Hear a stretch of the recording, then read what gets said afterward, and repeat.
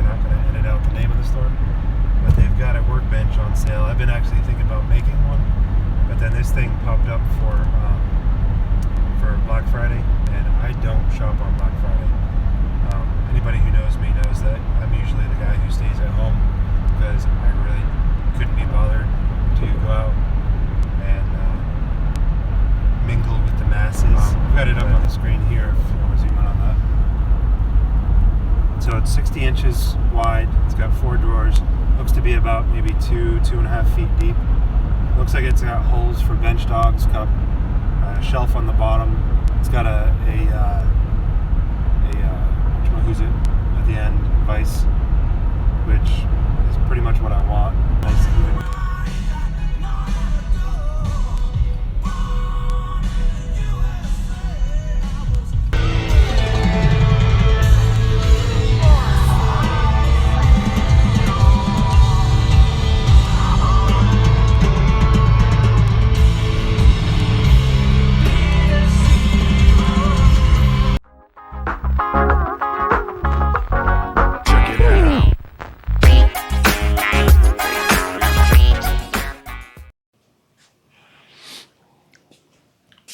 All right, so you saw our little trip. We went over to Harbor Freight and picked up one of these 60-inch 4-drawer hardwood workbench. It says hardwood. Right off the bat when we were in the store, I could see that the top was actually finger jointed together. It's where the wood's been cut into a zigzag and then fitted and glued that way. So it's not a 2-inch thick top the way I thought it was going to be, unfortunately. But let's crack it open and see what everything's made out of. And it actually wasn't too bad of a trip having to go to Harbor Freight on Black Friday. I was honestly dreading that. I thought I might die. Cora laughs at me.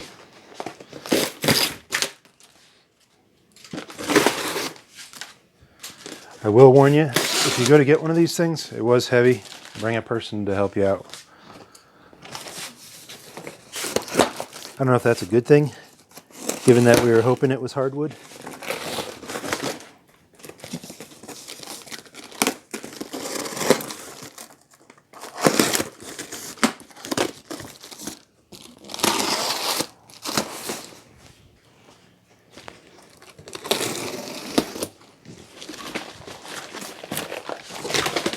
Oh! Alrighty, let me cut that out of the way.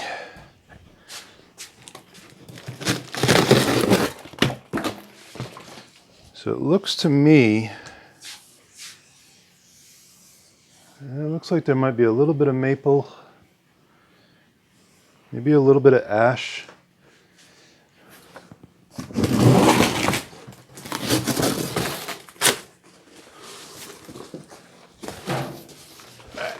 Get that out of here. And if you know what this wood is, comment in the notes below.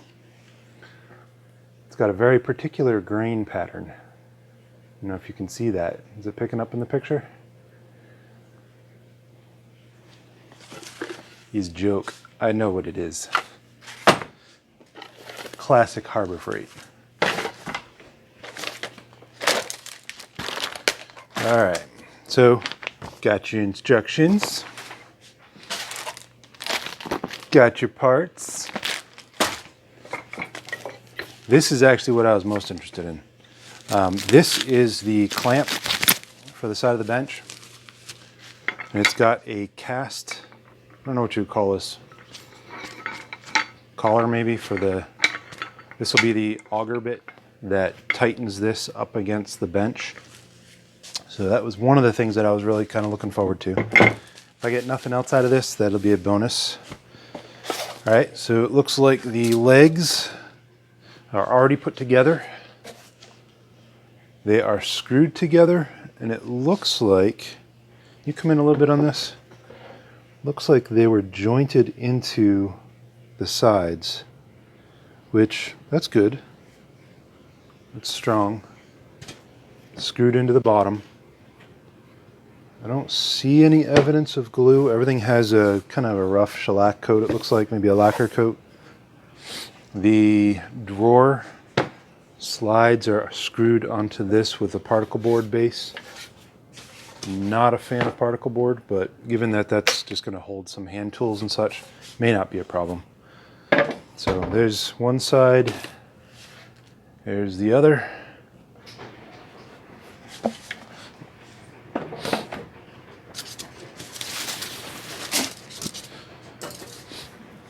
So these are all the drawer slides. All particle board, and one of the biggest reasons I don't like particle board is right here. So I haven't even broken all this out yet, and already this piece is broken because particle board is basically just compressed paper. It's had a little glue added to it, so right off the bat I got something I gotta fix. But for the price point, not too bad yet. Let's keep going. So I'd be willing to bet this is probably the center support for the drawers. So it's already been pre-drilled for screws on both sides. It's got a little dowel to help you align to the top of the counter, most likely. Depending on how that all looks, I may actually modify that and ditch the particle board. So here's the bottom of one of the drawers. It's already been felted. Not bad. It'll help protect chisel blades if we use it for that. So you got 2 drawers. So 2 of those. No wait, it was 4 drawers, wasn't it? Where'd those instructions go? 4 drawers. So there should be 2 more in there. Alright, so it looks like these are the drawer fronts. Those are wood. They are finger jointed, and here's if you come in a little bit right here, it'll show you what I'm talking about. So that's finger jointing. It's where they cut a zigzag into both pieces, and then they mesh them together and glue them up. It's a nice solid joint. Actually, most crown molding is made like that. So we got 4 of those. So for 4 drawers. Particle board. No idea what it is. We shall find out.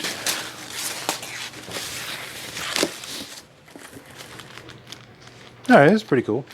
So here's the drawer handles. And they look to be oak. Maybe maple, but it looks like probably oak.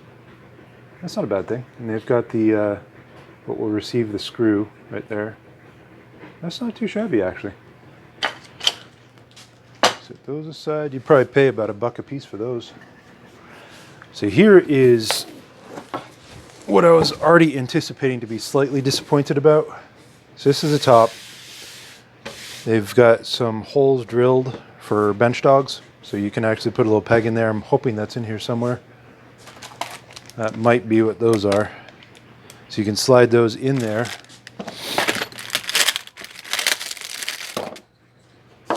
Like so. And then say this is the piece that you got to plane. Bump it right up against there and plane away.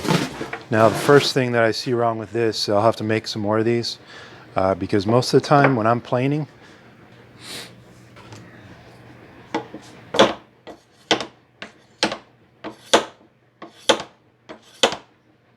that's a problem. I want to plane and go whoop, right off the top of it, just like that. Shwoop. All right, so it's got pegs. Not a deal breaker because I can make more of these pretty easily. Just make some pegs and we can probably just hack these off. Might even be able to turn that down so we can make maybe 3 out of this. So not a problem. And these are wood, solid wood. Probably a maple, if I had to guess. Maybe ash. Not sure if they're using that these days. All right, so here's the bottom. And this is my biggest disappointment. Should have expected this, but the bottom is actually wide open. Why does that disappoint me? Because I will be definitely pounding on the top of this with whatever I'm working on. What I'm probably going to end up having to do is go back and fill this space up with wood, which that's how I was going to make my workbench anyway. Then once I do that, I can go ahead and re-drill these holes for the bench dogs. I can add more. It's going to add some extra strength to the top of this. So before we go too much further, right off the bat, I know I'm going to modify that. So these pieces here are, I'm sure, where the legs get screwed into. And the only issue I see with wanting to fill this up is the fact that on this side is where our clamp is going to drive through into these holes. Why don't you come in and show them this? So there are 3 holes right here that these 2 rods will drive through, and of course the auger, which is what will draw this block closer and tighter or looser to be able to clamp something up against the bench. So obviously if we go clamping something tight on this, you only got 3/4 here. We're going to have to stabilize this. So I'll probably take this out.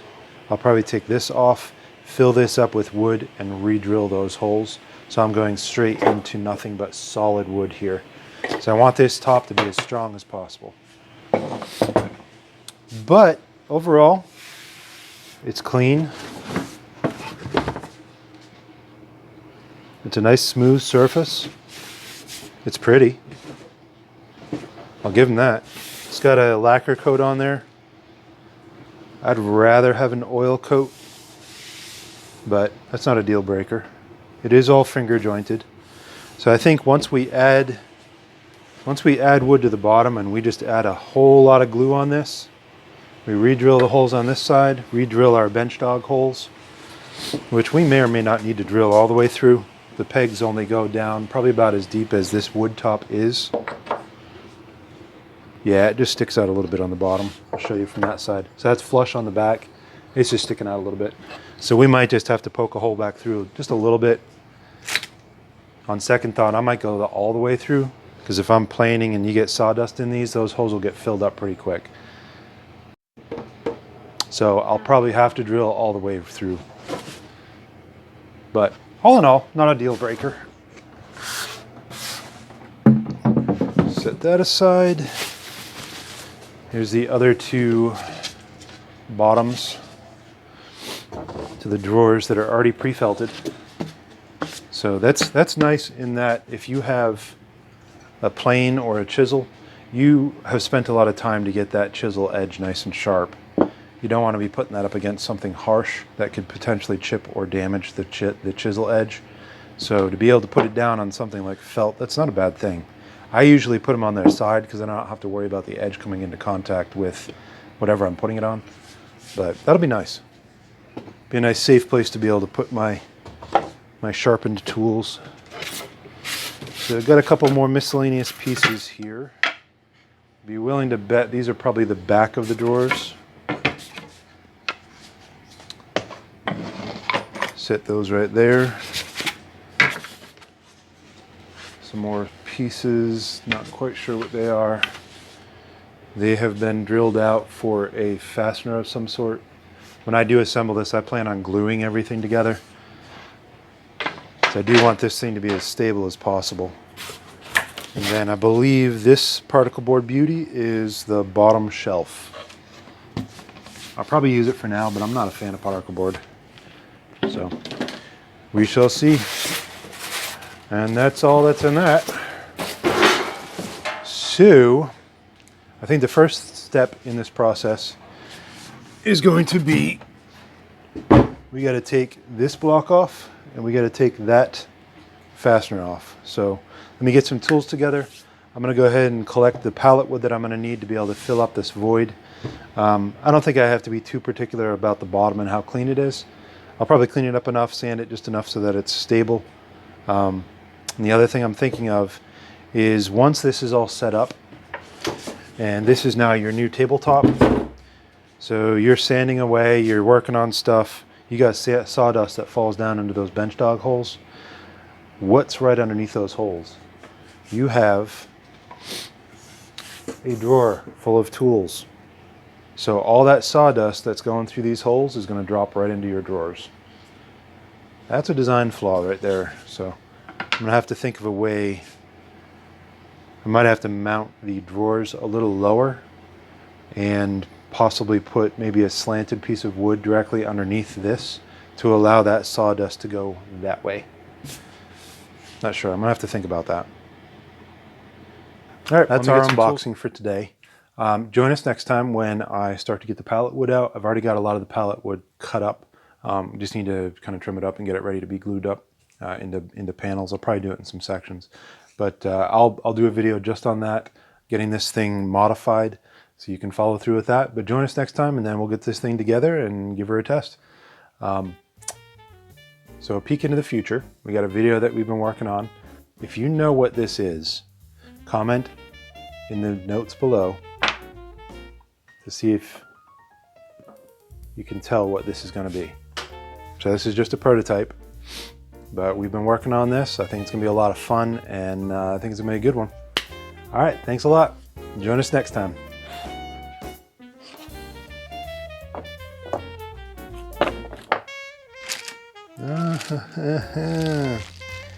There are pegs in here. Look at that. Those are metal too. Huh. Guess I should have opened the rest of the box, huh? Alright, who made this mess? And where did those instructions go? I might need those later. We'll see. Alright, time to clean up.